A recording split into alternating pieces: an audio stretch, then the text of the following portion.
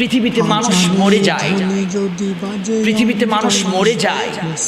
একটু উপলব্ধি করবেন, মৃত্যুর পর অনেক মানুষের চেহারা ফ্যাকাশে হয়ে যায়। মৃত্যুর সময় অনেকে দৌড়াদৌড়ি করে, লাফালাফি করে, পায়খানা পেশাব পর্যন্ত করে দেয়। এটি মৃত্যুর সাকারাত, এটি মৃত্যুর একটি আযাব। মৃত্যুর আলামত কি? আচ্ছা, একজন ভাই, একজন মানুষ হাত তুলে বলেন তো, হুজুর আমি মরে যাব না, কিংবা আমি আজকে সারাদিন বাঁচবো, কেউ কি গ্যারান্টি দিতে পারবেন? মৃত্যু নির্ধারিত, মৃত্যু নির্ধারিত। যেখানে গিয়ে আপনার সময় হবে, সেখানে গিয়ে আপনার মৃত্যু হবে। আল্লাহর কোরআন বলছে, ইদা জাআ আজালুহুম লা ইয়াস্তাখিরুনা সাআতাও ওয়া লা ইয়াস্তাকদিমুন।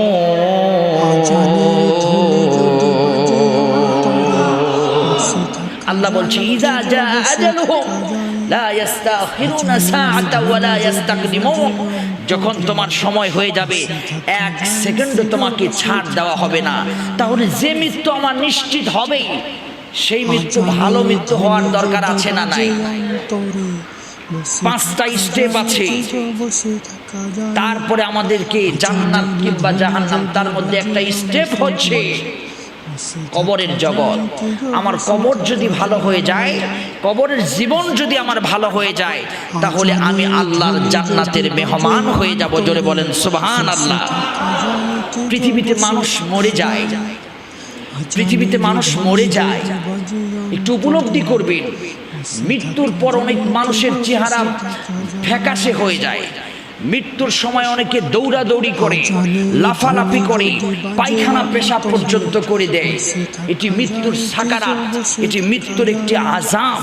রাসূল করিম সাল্লাল্লাহু আলাইহি সাল্লাম বলেছে, তোমরা মৃত্যুর আযাব থেকে তোমরা রক্ষা পাবা না। কারণ আমি রাসূল করিম সাল্লাল্লাহু আলাইহি সাল্লাম মৃত্যুর সময় যে কষ্টটা, আমাকে ন্যূনতম খুব কম কষ্টে আমার জান বের করেছে। কিন্তু মুমিন যারা হবে, ঈমানদার যারা হবে, মৃত্যুর সময় তার জান কবজ করা হবে এমন ভাবে সে টেরও পাবে না।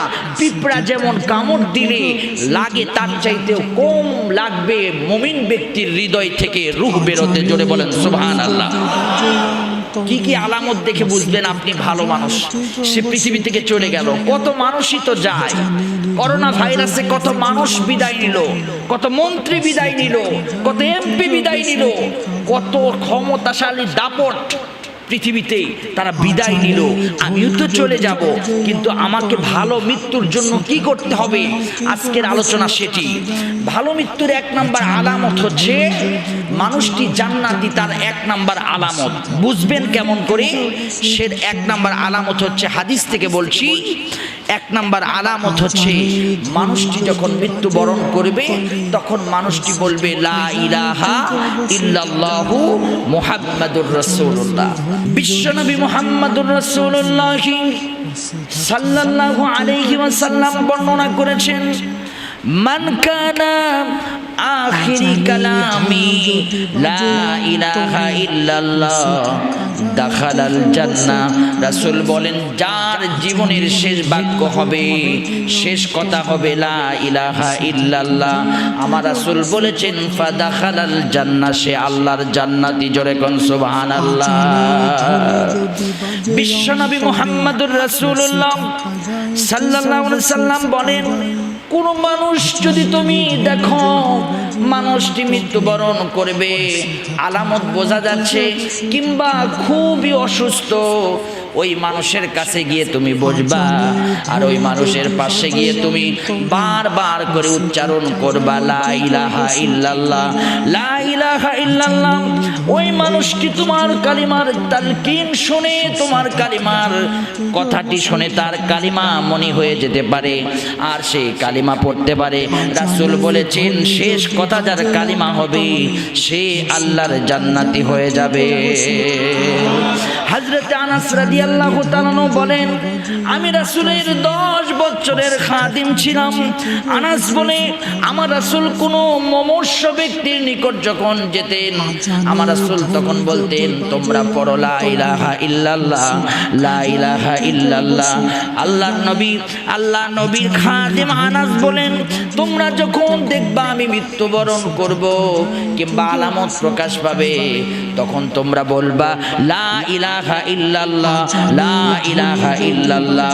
বিশ্বনবী আরো বলেছেন, তোমরা যখন দেখবা কোনো মানুষ হৃদয় থেকে, অন্তর থেকে, দেহ থেকে রূহ বের হতে কষ্ট হচ্ছে, লাফালাফি করতেছে, তখন তোমরা সেই মানুষের পাশে বসে বসে তোমরা সূরা ইয়াসিন তেলাওয়াত করবা।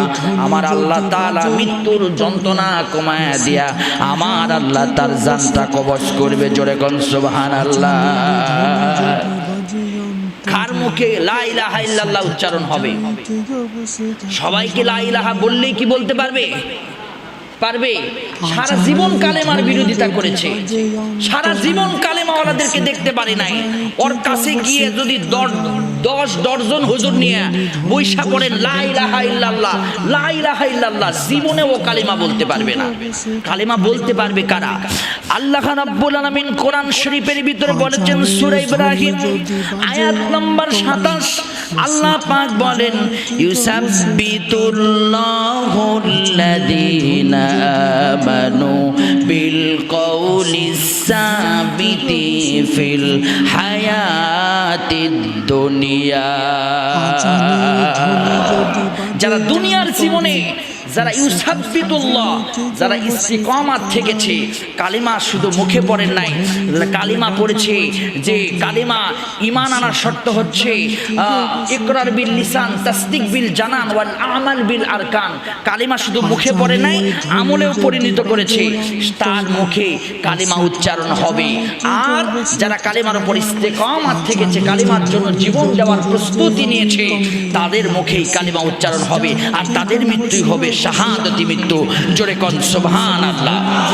একজন সাহাবীর উদাহরণ দিব, আপনারা খুব মনোযোগ দিয়ে শুনবেন। একজন সাহাবী, নাম তার মুসআব ইবনে উমাইর, যার ব্যাপারে পবিত্র কোরআনের সূরা ইমরানের 144 নম্বর আয়াত নাজিল হয়েছে, ওয়া মা মুহাম্মাদুন ইল্লা রাসূলা,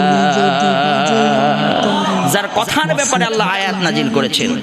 উহুদের যুদ্ধে বিশ্বনবী বিজয় হয়েছেন, কিন্তু গিরিপথ পাহারা দিতে বলেছেন, কিন্তু তারা বিজয় নিশ্চিত দেখে গিরিপথ পাহারা দেয় নাই, যার কারণে উহুদের ময়দানে আমার রাসূলকে আবার আক্রমণ করেছে। রাসূলের দন্দান মোবারক শহীদ করে দিয়েছে, রাসূলের মাথার হেলমেট ভেঙে রাসূলের মাথার ভিতরে তীর মোবারক লেগে গিয়েছে। আমার ভাইয়েরা, এমন যখন দৃশ্য হলো, মুসআব ছিলেন উহুদের যুদ্ধের সেনাপতি, রাসূল তার হাতে কালিমার পতাকা দিয়েছিলেন, আর মুসআব যখন কালিমার পতাকা দিয়ে সামনের দিকে যাচ্ছিলেন, লা ইলাহা ইল্লাল্লাহ উড়িয়ে দিচ্ছিলেন, তখন দেখলেন আমার নবী রক্তাক্ত।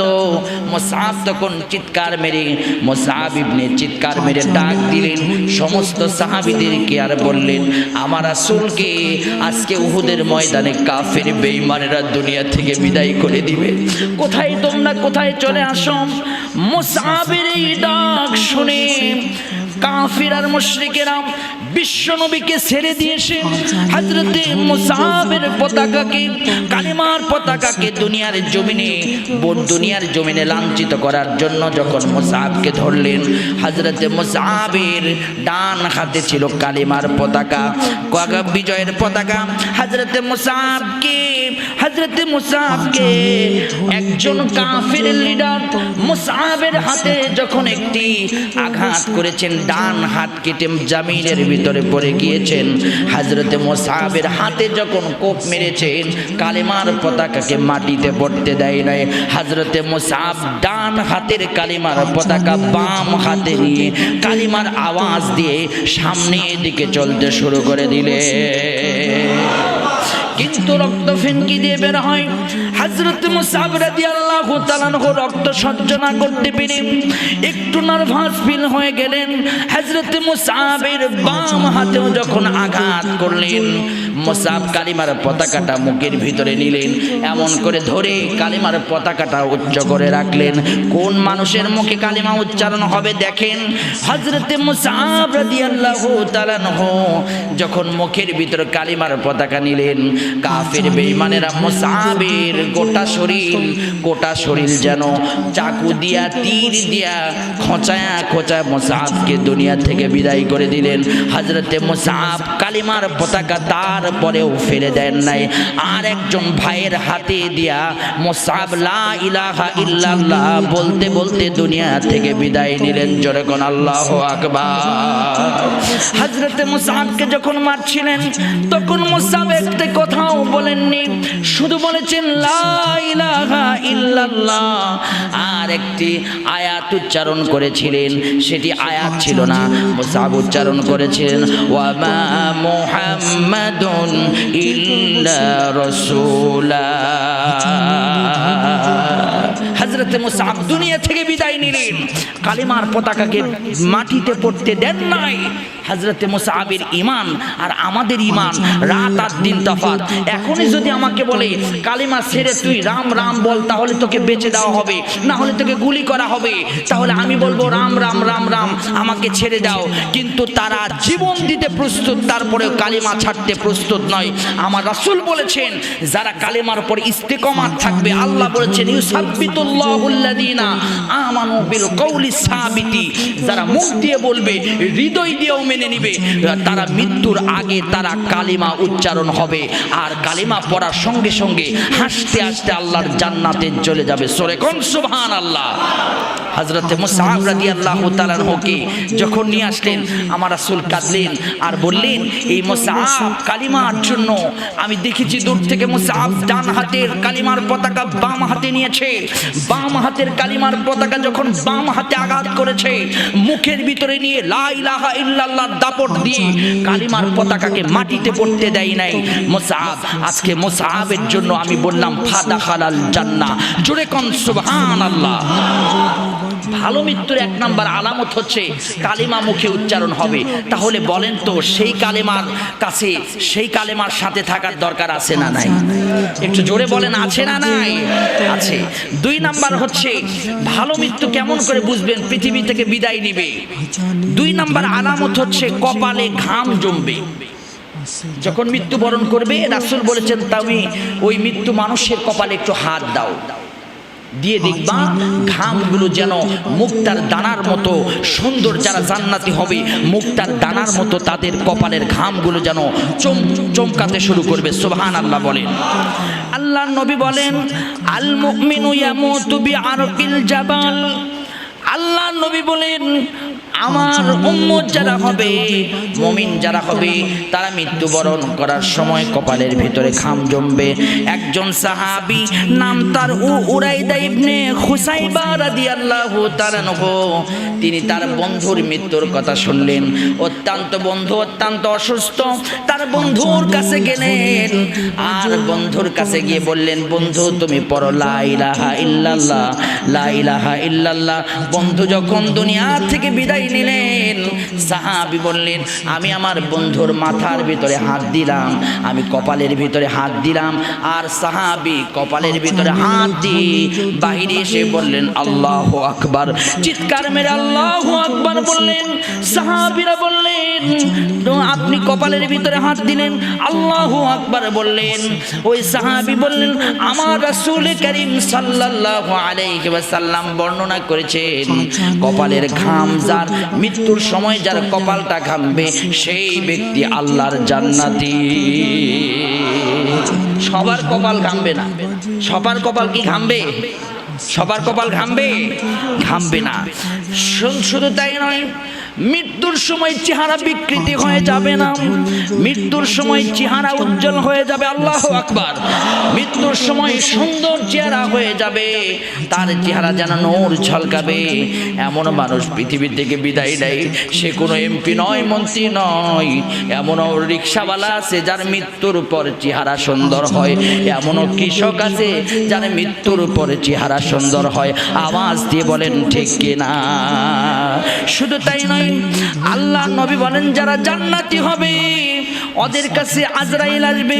আজরাইল সুন্দর চেহারা নিয়ে তাদের মাঝে সুগন্ধি একটি রুমাল নিয়ে আসবে আর রুমাল নিয়ে এসে বলবে ইয়া আইয়ুহান নাফসুল মুতমাইন্না ইরজিই ইলা রাব্বিকি রাদিয়াতাম মারদিয়া। ও ভালো আত্মা আসো আসো, আল্লাহর জন্য তুমি বের হয়ে আসো। জোরে কোন সুবহানাল্লাহ। সুন্দর করে বের হয়ে আসবে, লাফালাফি করবে না, চিৎকার দিবে না, হাসতে হাসতে বিদায় দিবে। জোরে কোন আল্লাহু আকবার। আমরা চাই কি চাই না? এইরকম মৃত্যু চাই কি চাই না? আল্লাহ আমাদের মৃত্যুর পরে আমাদের চেহারাটা সুন্দর করে দিও। জোরে কোন আমিন। আল্লাহ মৃত্যুর সময় আমাদের মুখে কালিমা জারি করে দিও। জোরে বলেন আমিন। 3 নম্বর আলামত হলো মৃত্যুর সময় যার এই 3 নম্বর আলামত প্রকাশ পাবে সেও জান্নাতি। রাসূল বলেন জুমার দিনে যে মানুষটা মৃত্যুবরণ করবে জুমার রাত্রি কিংবা জুমার দিনে, সেই মানুষটা বুঝবা আল্লাহর জান্নাতি। শর্ত আছে, শর্ত আছে। জুমার দিনে মরছে আর জান্নাতি বানায় দিয়েছেন তা হবে না। দেখতে হবে ইমানদার না বেঈমান, মুনাফিক না মুসলমান, ও কালিমার পক্ষের শক্তি না কালিমার বিপক্ষের শক্তি, এটা দেখতে হবে, বুঝতে হবে। জুমার দিনে মরছে আর আপনি বলছেন হুজুর ওয়াজ করছে জুমার দিন মরলি জান্নাতি, আপনি ডাইরেক্ট ঘোষণা দিয়ে দিলেন জান্নাতি। না, ওর কালিমার দৌড় কতটুকু এটি দেখতে হবে। যদি কালিমার উপরে ইস্তেকামাত থাকে, মুমিন, এটি মুমিনের মৃত্যুর আলামত বলতেছি, সে আল্লাহর জান্নাতি। জোরে বলেন সুবহানাল্লাহ। মুসনাদে আহমদ, দলিল দিব মুসনাদে আহমদ থেকে বলছি, রাসূল বলে মা মিন মুসলিম ইয়ামুতু ইয়াউমাল জুমআ ইয়াউমিল জুমআতি আও লাইলাতিল জুমআ ইল্লা ওয়াকাহুল্লাহু ফিতনাতাল কবর। রাসূল বলেন এই জুমার দিন এবং জুমার রাত্রি, হজের দিন এবং হজের সফর এবং রমজান মাসে এবং সফর করতে গিয়ে কোনো মানুষ যদি মৃত্যুবরণ করে, আমার রাসূল বলেছেন আল্লাহ পাক তার কবরের আযাব মাফ করে দেয়। এমন মানুষ আছে না যে হজ করতে গিয়ে দুনিয়া থেকে বিদায় নিয়েছে? এমন মানুষ আছে জুমার নামাজ পড়তে এসে দুনিয়া থেকে বিদায় নিয়েছে। এমন মানুষ আছে সেজদায় গিয়ে দুনিয়া থেকে বিদায় নিয়েছে। এইরকম মানুষ যারা দেখবেন এরা আল্লাহর জান্নাতি। জোরে কোন সুবহানাল্লাহ।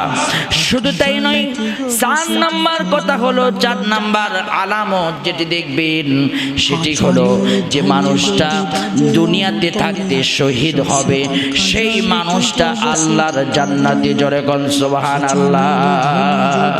আল্লাহ রাব্বুল আলামিন বলেন ওয়ালা তাহসাবান্নাল্লাযীনা কাতালু ফি সাবিলিল্লাহি আমওয়াত বাল আহইয়াউ ইনদা রাব্বিহিম ইউরযাকুন।